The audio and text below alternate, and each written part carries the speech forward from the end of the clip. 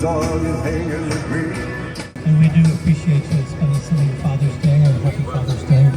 As you might have heard over the last few days, the SR-71, one of the characteristics was we take off on the 2nd, 4 seconds late. So we have an excellent crew for you today, and quite an interesting presentation. First, the main operating base of Beale in the center. In the left is Delta 1 Kadena, Okinawa, Japan. And then forward operating location in the Atlantic was in Mildenhall, which is a little bit little thing. I mean, by the end of the briefing, I'm going to get this down. So yeah, we operated that aircraft out of England, and we'll go a little more specific. And we would take off and refuel over the North Sea, and then on the map on your right, you can see, most people can understand where Iceland is, a little island out in the middle, and Norway.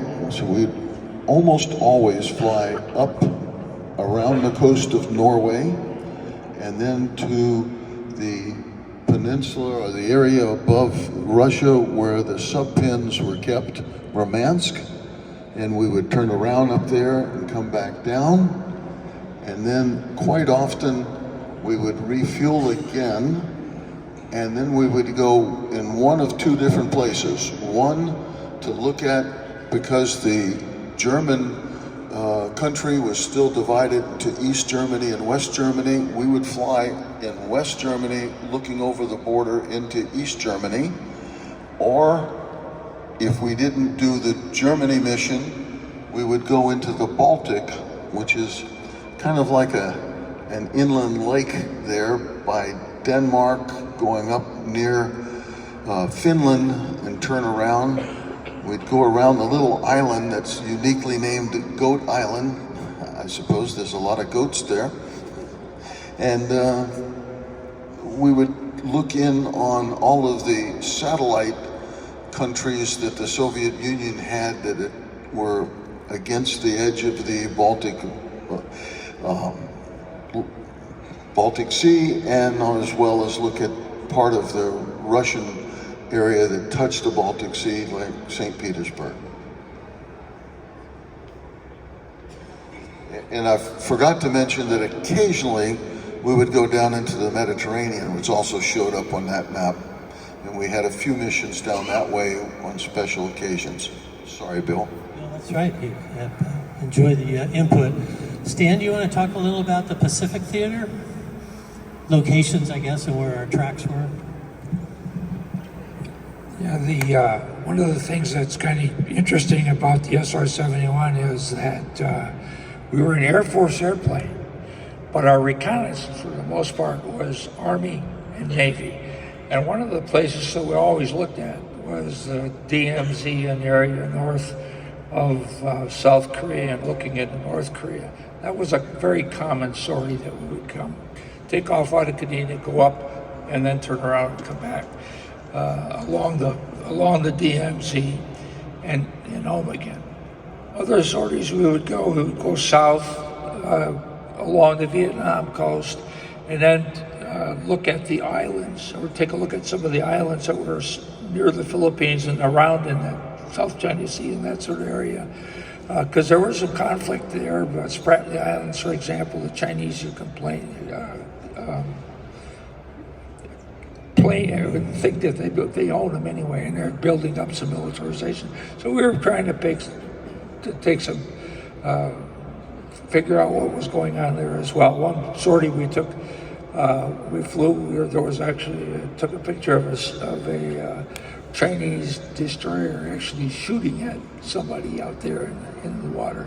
The other place we went was to take a look at the subpens up around on the Kamchatka Peninsula, and that was a pretty long sortie, but that was the eastern submarine area that we were taking a look at. And as I might note, just real quickly, is that for about 4 months of the year, or maybe a little longer, when it was really, really dark, during winter, obviously, the only platform that could see what was going on in the submarine areas in Murmansk and around the Kola Peninsula, and also on the Kamchatka Peninsula, was the SR-71.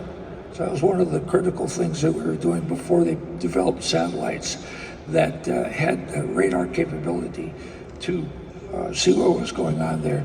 And Okinawa was our home station there in our detachment.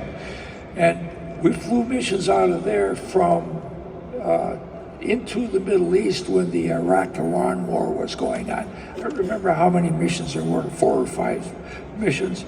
And those were 11-hour plus sorties that those guys flew on. So that's kind of the coverage of what we did from Okinawa itself. This is just a gee whiz slide to show you what we did while the Vietnam War was going on. So that was a typical training. I included this picture to let you get a kind of a feel on what it takes to launch the airplane. Jim, these gentlemen didn't mention that every mission they flew through the rings of death, SA-2s and SA-5s, and the bad guys couldn't catch us.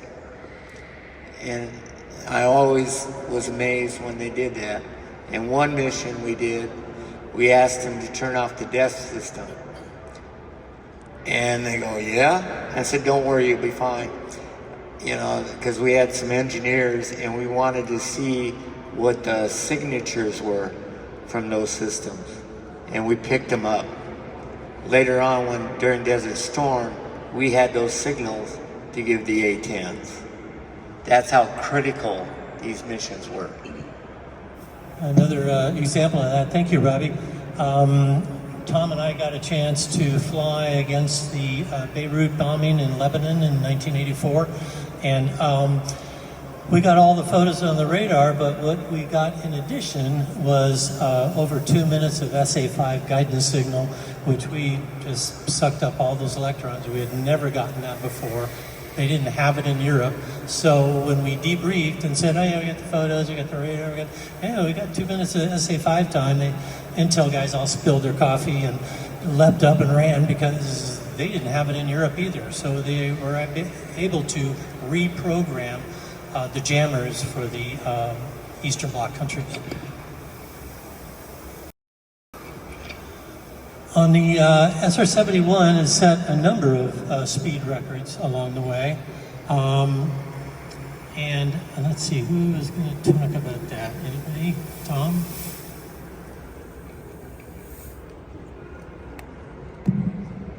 Actually, I would like to kind of mention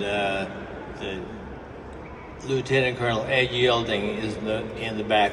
He set all these records, all these world's records. So wave your hand, Ed. And basically, you can read the information on there. Basically, he went from the timing gate in Los Angeles to the timing gate in Washington, D.C. in what, 64 minutes? Is that right? 19 seconds. Okay, 64 minutes, 20 seconds. Close enough. 64 minutes. Pretty good. Airplanes smoking pretty good across, country. 64 minutes coast to coast is not too bad. So, the rest of that you can read. Each one of those is a new record between those points. There are a couple of other records that Ed didn't set that's marked on here.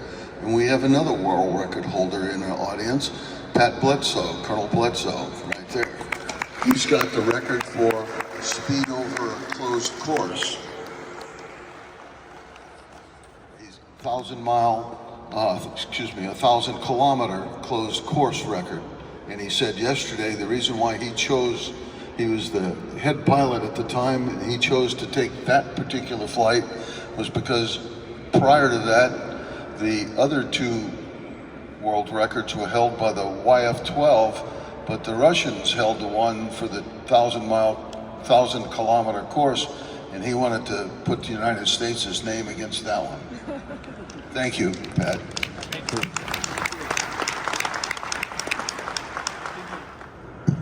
Our unrefueled range was 3,600 miles.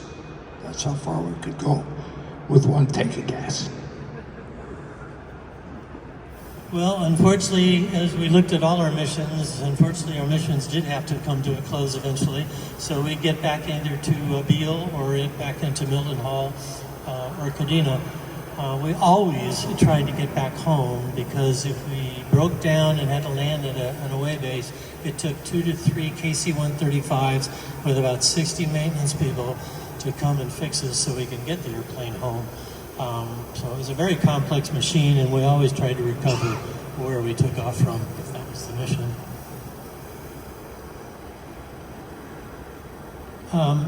It is a proven unmatched performance along this distinguished history.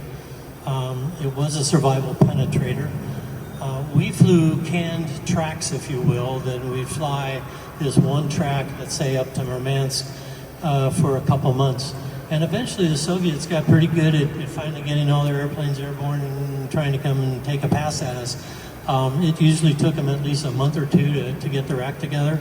As we went up over Norway towards Murmansk and the White Sea, we'd see these contrails coming at us, and it was really a lot of fun to watch them go zooming underneath us, knowing full well that all we had to do was change our heading slightly and the whole intercept is blown, and it would take them another month or two to figure out. So we could always get our data that we needed from the periphery, but changing little side things like that, it allowed us to see what their flexibility was, how quickly did they adapt.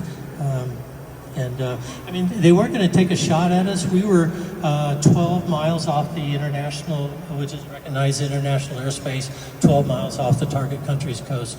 And we flew within a mile or two of that international coastline. We're traveling 1 mile every second and a half. So it would take about 2 seconds to create an international incident. That's why we had such an accurate, reliable astro-inertial navigation system. And now finally, you've been listening to us. Let us listen to you if you have any questions. Yes, sir. My questions are about refueling. I see how many nautical miles on the slide. Can you talk about the time you're in the vicinity of the tanker? And tell us about refueling regarding the cross-country records.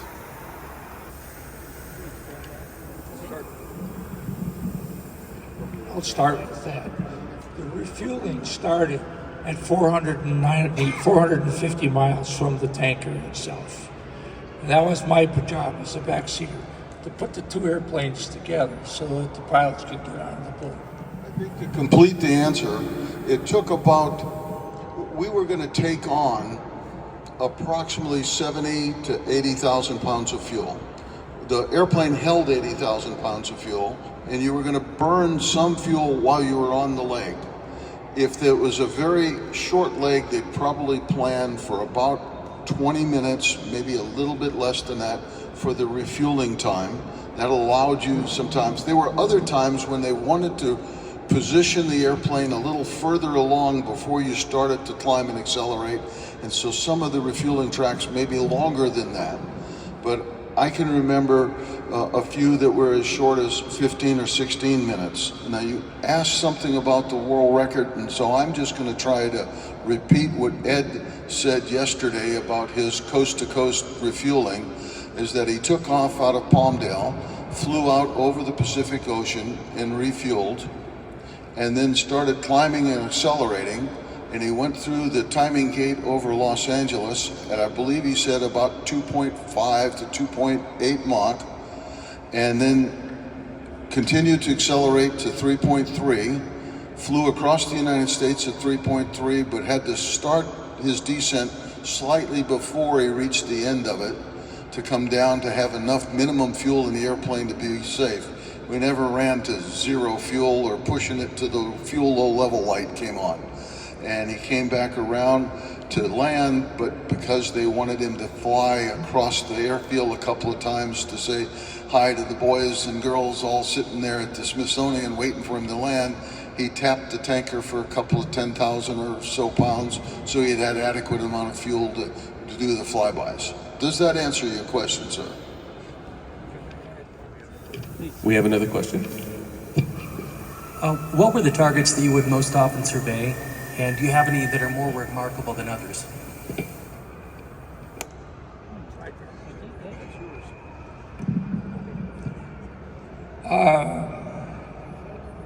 The guys, actually the air crews really didn't know what kind of targets we were looking at. That was all pre-programmed for the most part. But as I said earlier, the sub-pens and what was going on the Kola Peninsula and the Kamchatka Peninsula were very, very important. They wanted to know what submarines were in port, what they were doing. We could tell what the hull numbers were with our systems. Okay, that was one. The other thing is, other things that we were looking at with the technical objective camera is what we could find or see from our perspective at those altitudes are the same sorts of things. When we flew across the Korea, the DMZ, of course, we were looking at Army installations and trying to find out what kind of order of battle they had, where their equipment was, how much of it was. By the way, most of their equipment was very close. North Korean's military equipment was very close to the DMZ. And then in other cases, for example, going across Libya, after the Libya sortie that the F-111s conducted, we had to do post-strike battle damage to find out exactly what it was that we were able to accomplish and all that sort of thing. That's kind of a rough answer to what we were doing. So a small field, a group, both the pilots, navs, and then of course all the sensor developers. And one part that doesn't get the glory that they probably should have is the intelligence guys who helped keep track of what the targets were and of course what the success or failure is. We have one gentleman that I haven't seen in 40 years that worked in Mildenhall when I was flying out of there, Bob Reiser, and I'd like to give him the opportunity to spend a couple of minutes talking about his function when he was there at Mildenhall. Hi, my name is Bob Reiser. I was a photo interpreter, all-source analyst, imagery analyst. When I retired from the Air Force, I joined DIA as a senior analyst and was the DIA liaison officer to the Joint Chief of Staff, Deputy Directorate of Information Operations in the Pentagon. So I was there on 9/11. My time at Mildenhall was great. Basically, these guys worked for me. Intel drove the mission. I would tell them when they were going to fly, where they were going to fly, determine how long they're going to fly, and what we wanted. And sometimes we didn't tell them what we wanted. We sent them out. At that time in Europe, and I'm going to focus just on Europe, because my area of specialization was the Soviet Warsaw Pact, and in particular the Navy. Now I'm an Air Force guy, and I'm looking at Navy facilities. Why am I looking at Navy facilities? SAC worked very close with the Navy. What we were looking at were the submarines. SINCSAC every morning received a briefing, and that briefing would tell him what base and how many minutes he has to get those aircraft off of that base before there'd be an impact if there was a launch. The Yankee-class submarines located off the Atlantic Ocean could hit targets in the U.S. within 10 minutes. So it's not a whole lot of time to get an aircraft off the ground. The Delta-class submarines worked up in the North Atlantic and above the Arctic Circle. They could hit targets within 20 or 30 minutes. And the Typhoon could actually sit in port and hit targets. So we worked very closely with the Navy. We would fly the Kola Peninsula, and the Kola Peninsula, because of the way the Gulf current goes up, you can operate out of there all year round. the warm current keeps the ice from freezing so hard that you can't sail in and out of there. And that's how we resupplied the Soviet Union during the Second World War. So we would fly those missions in support of the Navy. We would be looking at the sub-bases. We'd be looking to see what submarines were in port. We were looking to see where they were in port, what berths they were on.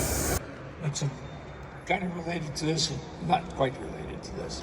I once gave the Polish Chief of Staff of the Air Force a tour around the SR-71. And he asked me if I'd ever seen Poland or had been to Poland. And I said, no, I hadn't, but I'd seen it. He says, yeah, I know, I expected you did. And he says, you know, we always went up and tried to intercept on you. He says, we couldn't touch you, but the Soviets insisted that we do this. And he said, the one thing bothered all of the Polish military. And the question was this. He said, we couldn't understand why NATO and America would actually believe that the Poles would fight with the Russians if there was actually a war. Not well known. Yes, I have a maintenance question for Mr. Campbell. I was down in Huntsville, and I was up above an A-12 looking down on it, and I saw what to me seemed like an inordinate amount of louvers. What were they for?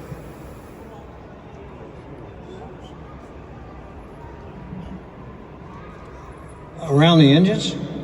Yeah, back towards the rear of the aircraft. Yeah, they're tertiary air doors. They come in the back and bring fresh air back in for the afterburner.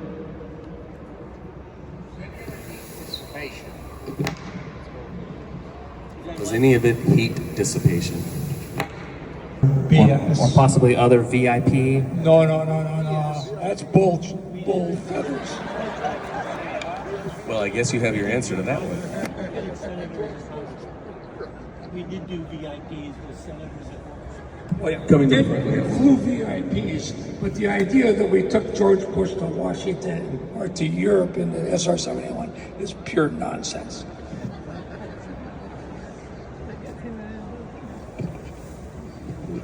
What did you guys talk about unstarts? Did any of you actually have one happen?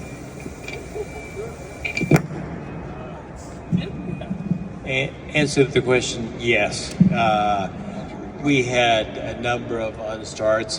Typically before when the analog computers were running the inlet controls, we had quite a number of unstarts.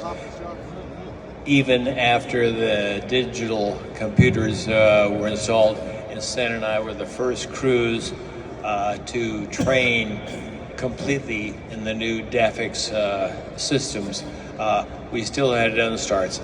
Unstarts were typically pilot induced, if you will, because you got out of sequence on them on some manual doors and you go, bam. Each time you have an unstart, the engine keeps running, by the way. It's just the shock wave on the inlet actually goes outside the inlet, and the spikes have to go full forward, and there's a cross tie there now, so they both go full forward, and they recover. It takes about 4.5 seconds, and they finally recover to the point where everything is normal. It costs about 500 pounds every time you have an unstart. So just to get, the idea what's an unstart, it is called an aerodynamic disturbance, and it's talking about the airflow coming into the inlet by the spike. What happens, the computer is sensing, to keep the 4.5 bypass doors by Mach 3.2 or so, the spike is fully aft, and the doors are all closed down, so we got a nice tight aircraft with no drag from the doors opening. But what that was is basically the computer either decides, we're rapidly losing thrust, oh my goodness, I'll try and recover, or it's an overpressure situation. It was a save the inlet type device. but it was pretty exciting when it hit it, and you didn't know it was suddenly a huge yaw on the aircraft. Now, at cruise, 80% of the thrust is being produced by the inlets. 10% is being produced by the engines. 10% is being produced by the afterburners. If you lose any one of those, you're done. We come down. You have to have all three in sync to go Mach 3. But occasionally we get either disturbance coming into the inlet, and what it does is it just slams the cone 2.5 feet forward, opens up the bypass doors, and then it slowly starts bringing in the spike again, and the doors start modulating to recapture the supersonic shock wave. Hopefully that makes sense. I don't see anybody asking ask a question, but there are a couple of things I'd like to mention before we go there. One, I'd like to talk about a little bit about the performance of the airplane, and the other thing I'm going to talk about, I'm going to give to Tom, and he can talk about our race with the MiG-25. We were the airplane was very temperature sensitive in the sense that the planning factor for our speeds and altitudes were minus 56.5 degrees centigrade. Most people thought the stratosphere were pretty stable. It's not. There's a lot of fussy stuff going on up there. I've seen temperatures as warm as minus 25 degrees centigrade and as cold as minus 100 degrees centigrade. 1 degree equals 4 knots of airspeed, one way or another. When the airplane was we were in very warm climate, a very warm atmosphere, the airplane did not want to climb. This is actually a pilot question, but I'll answer it anyway. They talk about it anyway. The airplane did not want to accelerate, did not want to climb. As a matter of fact, that one crew flew an entire sortie up against the Kola Peninsula, never reached Mach 3.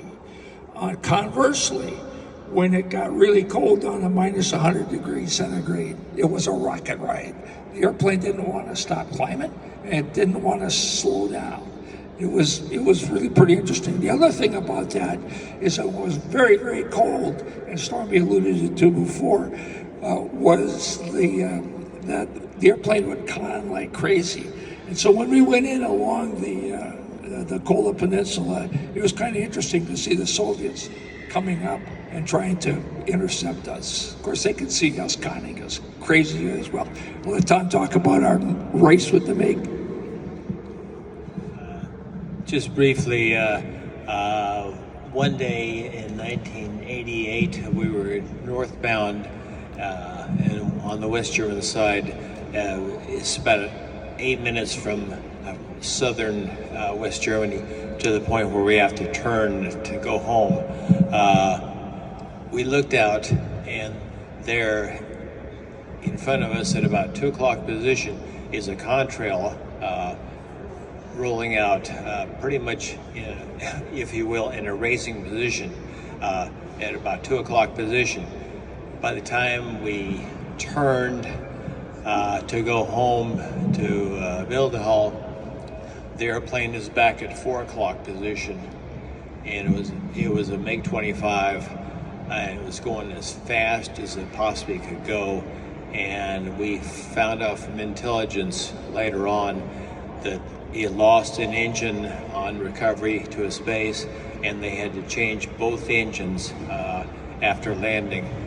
It was the MiG-25, which was designed specifically against the SR-71 to intercept the SR-71. It could go fast one time, and then they had to change engines. The SR-71 went fast every single day. Jim Shelton flew the sortie. The United States realized that there was obviously a war going on, and they wanted to fly missions over it, and they negotiated with European countries for basing, and all of them were afraid that their oil would be shut off. So all of the European nations said, no, you can't land and operate out of here. So they, in order to do this, they moved the aircraft from Beale to the East Coast, and I can't remember which one of the bases. They went to Griffiths Base in New York and would fly a mission that went across the Atlantic, through the Straits of Gibraltar, and up in the area where the war was being fought, and then turn around and follow that all the way back to the United States. Was it 11 and a half hours? Yeah, I believe it was 11 and a half hour sortie with either 5 or 6 refuelings. This is one of the longest times the airplane had ever flown, and I think they did that several times. And he wasn't the only pilot that did it, but I know he did it more than once. And so it's quite an impressive trait to be able to go halfway around the world. Buzz Carpenter. Yeah, Buzz Carpenter, who is here. I don't know where he is. He's behind us. He's on the jet. Flew one as well. There were 9 missions total, Stormy, Thank you, sir. and nobody flew more than one. I thought Jim flew 2. Okay. No, I flew one of them. Oh, there you go. We flew the first 4.5 from Griffiths, and then in the 4th mission they landed back at Seymour Johnson, and we flew the rest of them from there. And they varied from about 11 and a half hours down to 10 hours with 5 refuelings. And all of them were successful, no air aborts. And you didn't run out of LN2? Nope. And were you using the 3rd DOR or just 2? No, we just had the 2. Wow. The interesting thing about it was that we had asked the State Department where we should go if we had an in-flight emergency, and they wouldn't commit themselves. They said, use your best judgment. Thank you, sir. What was your max service ceiling on a single engine, and if you had a failure, was asymmetrical thrust a big deal at altitude? I know at climb it probably would have been, but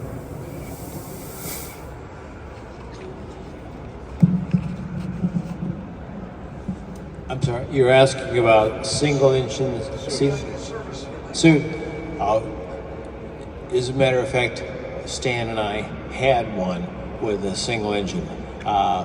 We were up north in the Arctic Ocean, basically just into the Cincinnati area, and I said, Stan, left engine firelight. It turned out to be a false indication, but we didn't know that at the time. Red lights are not good. So Stan immediately said left turn heading 240. And so we did a big sweeping left turn, of course 75-mile turn radius initially, and then it button hooks at the end when you slow down. Single engine, cruise, subsonic, believe it or not, is about 15,000 feet. It's pretty low and slow, and thank goodness it was January or July. It wasn't January. Look down there and there's icebergs.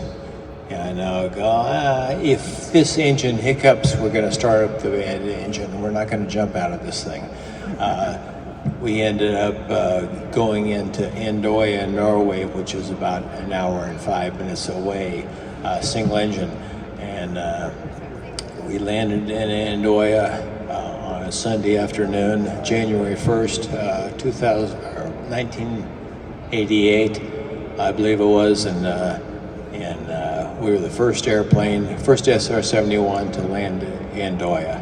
So we were happy to land there. 35 knots of crosswind, and the airplane had a demonstrated crosswind of 29 knots. So I was not going to fly single engine over the mountains to southern base. The Norwegians were kind of excited about us being there after we convinced them that we weren't Swedes, that our heritage is both Norwegian. That was the incident when the beacons caught you. Just checking. Question for Stormy. What was the scariest thing that happened to you while flying? Well, I assume you mean in the SR-71.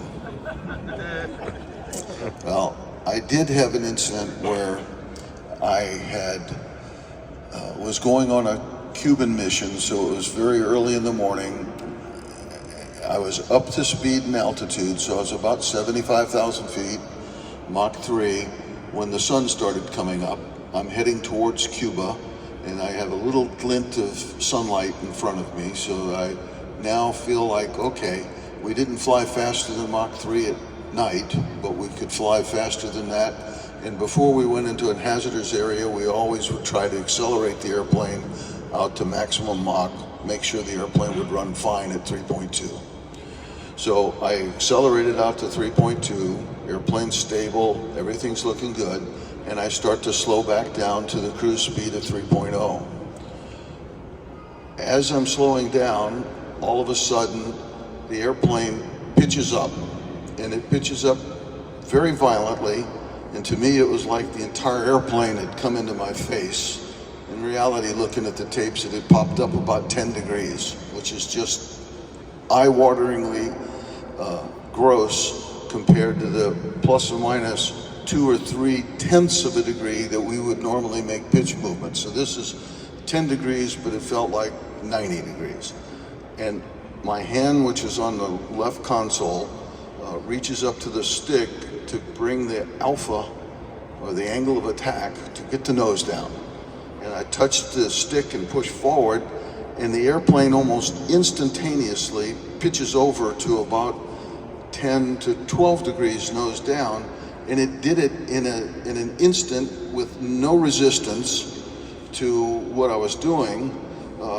It wasn't the same airplane I'm used to flying that was kind of a firm, move it around and everything's responding. It just went, to my mind, it felt like the controls when you get in a car and you're on an icy area and you turn the steering wheel, there's absolutely no resistance with non-powered steering to moving the wheel around. So I've got the nose down and I go, whoa, and I pop back. Now the nose goes up even higher. And I'm going, all right, we got a thing in aviation that we call pilot-induced oscillations. And you're not supposed to get in those because they get bigger and bigger and bigger. And I'm going, but this is not a pilot-induced oscillation. I didn't do this.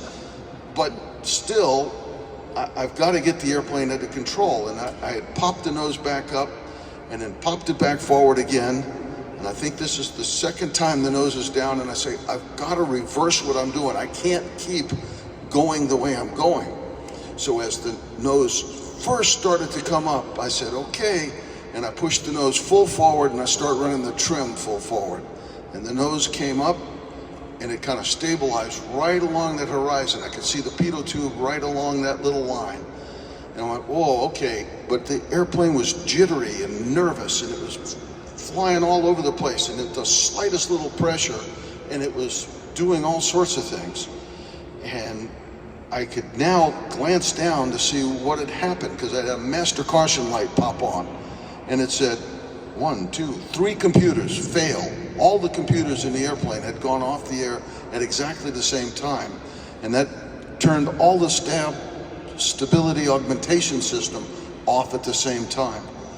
And the airplane is just as twitchy as I don't know what. And something came over my mind, because this wasn't part of any of the procedures, to feather a switch on the throttle, which caused both spikes to go forward. And now I'm trying to get to the computer reset switches, which are on the right side of my knee, my right knee, on the right side of the stick. And so I tried to put my big fat gloved hand behind the stick, but it won't fit. And as I'm going over like this, it's touching the stick, and the airplane's starting to, it was just nervous. And I said, okay, nobody likes to fly with their left hand, but I've got to use it. So I take my left hand and it's going like this, and I feel like an old man doing something, and I reach down and finally get one of the red guarded covers up and the switch on, and the airplane just goes boom, rock steady. Okay, SAS on. We run through the checklist, and we go, okay, we get all the computers reset, everything's going good, I get the afterburner going, I get it all going, and we start talking about it, and we look through the checklist, and it's not a no-go situation. It says, well, if you got all these things, you can go. And I went, no, how do I can go? And my backseater, by the way, my backseater, whose checklist is strapped to his leg with Velcro, both pages of it on the outside of it is Velcro and thing. He said the checklist came loose, and it hit the ceiling, hit the floor, hit the ceiling, and he caught it the third time around. And we're looking at it, going through the checklist, and he says, okay. And I said, we're not going on the ops mission. And he said, well, you want to go home subsonic or supersonic? And I was afraid that if that ever happened again, I was just lucky with the grace of God to keep that nose down. I said, we're going home subsonic. So it had taken me a little less than an hour, and I'm looking over here and I'm seeing Denver.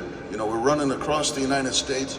I had flown around Salt Lake City, bearing this way, Denver and all the other cities. It's still dark outside, enough to where the cities are lit up. And I said, let's go home subsonic. And it took me now almost 2.5 hours to go from the east of the Rockies all the way back to Beale at 25,000 feet and 0.9 Mach. So that was the time where the heart was pumping, but I definitely was going to go home subsonic. There was no way I was going to try and do that again. Thank you.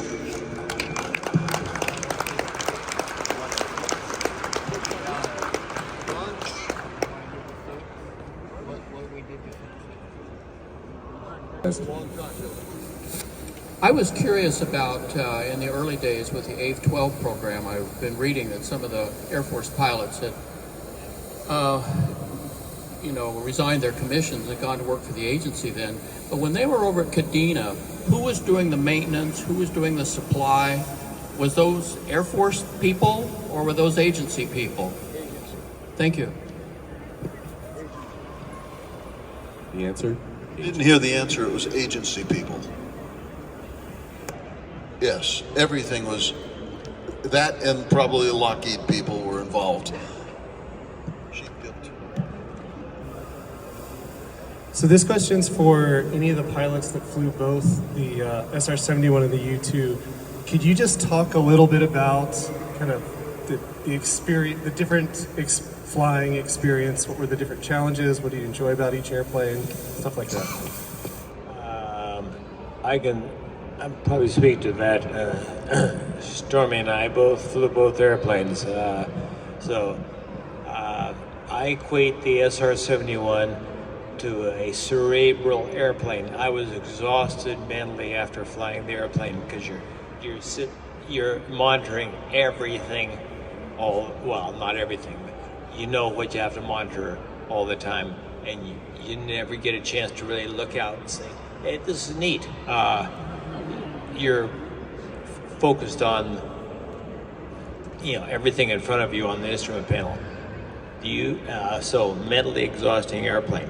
26,000 foot cabin pressure, so it's pretty high. However, the U-2 was 29,000 feet cabin pressure. You're sitting on top of Mount Everest, if you will, for 9, 10, 11 hours at a time. And then you have to come back and land the world's hardest airplane to land. You have to pump yourself up physically. Just say, kind of knock yourself in the head a little bit, say, okay, I'm going to really concentrate on this, and you can come back and land the airplane. So when I finished flying the U-2, I was physically exhausted. And I would have, I wasn't able to clear my ears, because you're completely denitrogenated. You're on 100% oxygen the whole time. So by the time I woke up the next morning, oh my goodness, it really hurt to pop the ears. So the U-2 is a physically demanding airplane. The SR-71 is a mentally demanding airplane. And that's the way I looked at it. I was proud to do both. However, if I could do one more time, I would go in this airplane. You guys talked so much about refueling the airplane and was it 80,000 pounds of fuel? I was wondering exactly how that's done. Is that tank empty, and when the fuel's going in there, is there air in there? Where would it go? I mean, how does it get in there? So it's your turn? Okay. Yeah, it is. So there was a picture showing the tanker, and out of the back of the tanker, what looks like a stinger sticking out, And it's a probe that goes in the back of the aircraft. And then as the fuel goes in, it's really not air above the fuel. If you've been flying for a while, it's nitrogen that we put in the airplane that fills up the tanks. And as that's coming up, that is vented overboard to where the tanks become full with nothing other than fuel in them. And the center of this airplane, if you take a look at it, it looks like a manta ray. And if you draw a circle around it in rough terms and go from the back cockpit all the way to the very end of the airplane, less a few feet, it's just all fuel tanks. And then the wings themselves, between the fuselage to the engine, there's another couple of little fuel tanks. And you've got fuel in certain tanks that are managing the center of gravity of the airplane, so it's not all in the back or all in the front. And when the fuel starts to go in, now I'm flying the airplane just watching the tanker in flying formation. My backseater is paying a little more attention to where the fuel is and how fast it's coming in and where the end of the refueling point is, because we want, like when you take and service your car and you've got the gas pump going and it finally clicks off, we want that click off to be at exactly the end of the AR point, the air refueling point, so that when I pull off of the tanker and light the afterburners, if I don't already have one lit, and start my climb, I'm starting at the exact point that the mission planners say I'm supposed to start at. And so Stan, would be telling the tanker, who has the ability to put on 4 pumps, 3 pumps, 2 pumps, 1 pump, or no pump, so that he balances or gauges the amount of fuel coming in so as to get to the full click off point at that second and that mileage to the 10th of a mile where the end of the AR pump is. And it's just a matter for me, as Tom earlier said, to just fly formation. It becomes something that you did the first couple of times. You feel like I've got a tiger by the tail and I'm never going to do this. And then after the end, okay, bring on the thunderstorms in the night and turns in the weather and stuff. And you hack your way through it, and it's a lot easier. But the first couple of times are kind of your heart's in your throat, and you're gosh, I'm going to fall off the boom, and you have to hang on, and thank you. Just make a point for the backseater. I was really busy trying to monitor and make sure that we're getting fuel in the right tanks, the right sequence. There were 6 tanks that we were going to fill.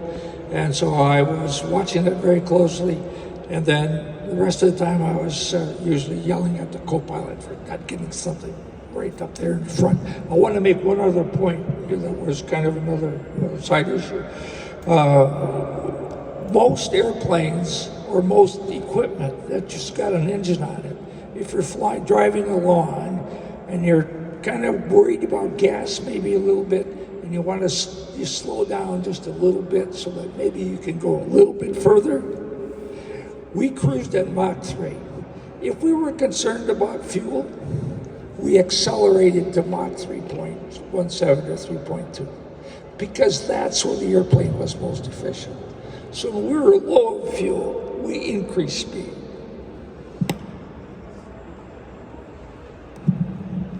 Well, wow, does the time fly by. So unfortunately, we're going to wrap up this session, but before we do, I'd like to do one thing. If I could ask all the SR pilots, navigators, maintenance, and your wives, if you please stand up so you can see how many of us come here. Wow.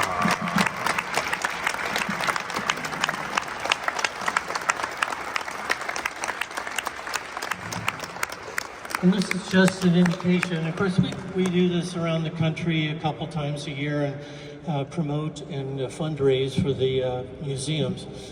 But I wanted you to also appreciate the wives, the kids, because we were gone a lot, gone over half the year.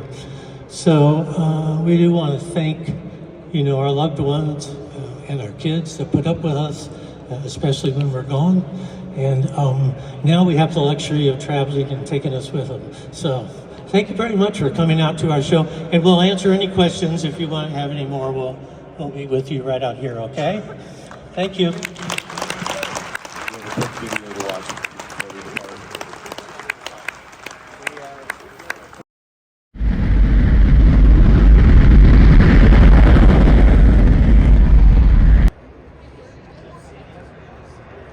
That's Buzz Carpenter in the front there, showing the girl the front office of an SR-71. Buzz will spend as much time as you want telling you anything about this airplane. He's a wonderful man.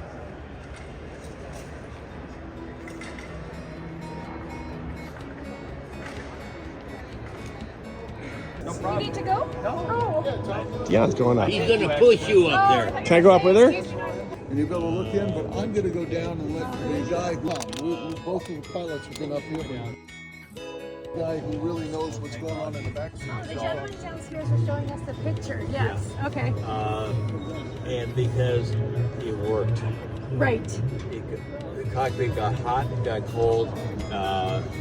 TV screens would not work. Besides, it would cost a lot of money to retrofit this. Right. Why? You know, it worked fine for us. Yeah. A year training program, simulator, 250 hours in the simulator, which is exactly this cockpit. And the fact that you're wearing a fishbowl with spacing gloves, so there's no technical feel. You just have to remember, okay, circuit breaker, that system. Okay. You know, left 2, back 4, pull and reset circuit breaker to make something work. Oh, okay. So, the job in the front seat is to keep the pointing end going forward and make fuel. Yeah. Okay. And if you had to go a little bit faster to make fuel, it's amazing. Instead of slowing down to economize, you go faster. And then the inlets for better flow. Oh. Each inlet and engine combination, because the speed, size difference, horsepower between Ocean. Oh, wow. Each engine, and there were two of them. Oh.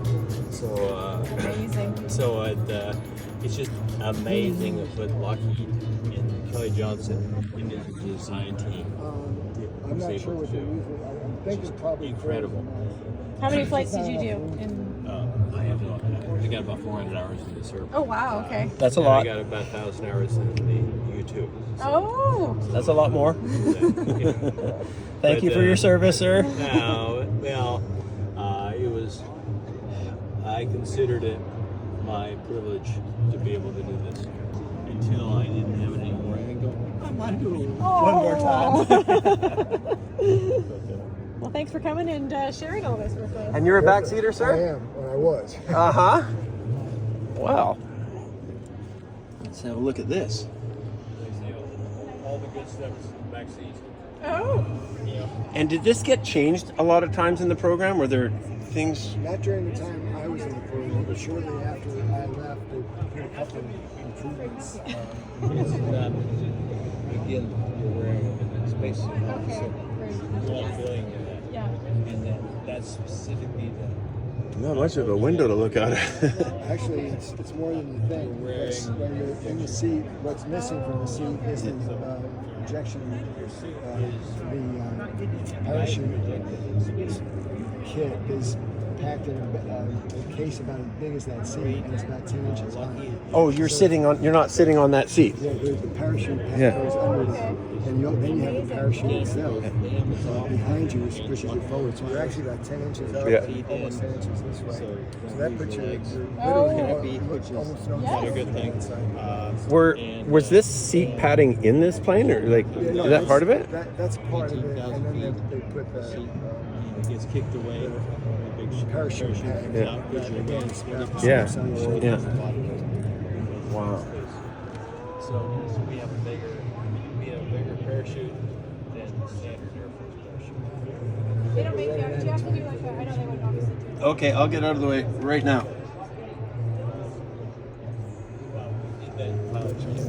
Thank you very much. Wow, nice view. Notice between the engine, nacelle, and the fuselage, it's corrugated.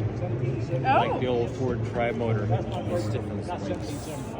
So, I was wondering. I worked with one. Because the glass doors improved to the Soviet sense in You're very agile. Way to go, D. If I get that agile, I would think I'm young.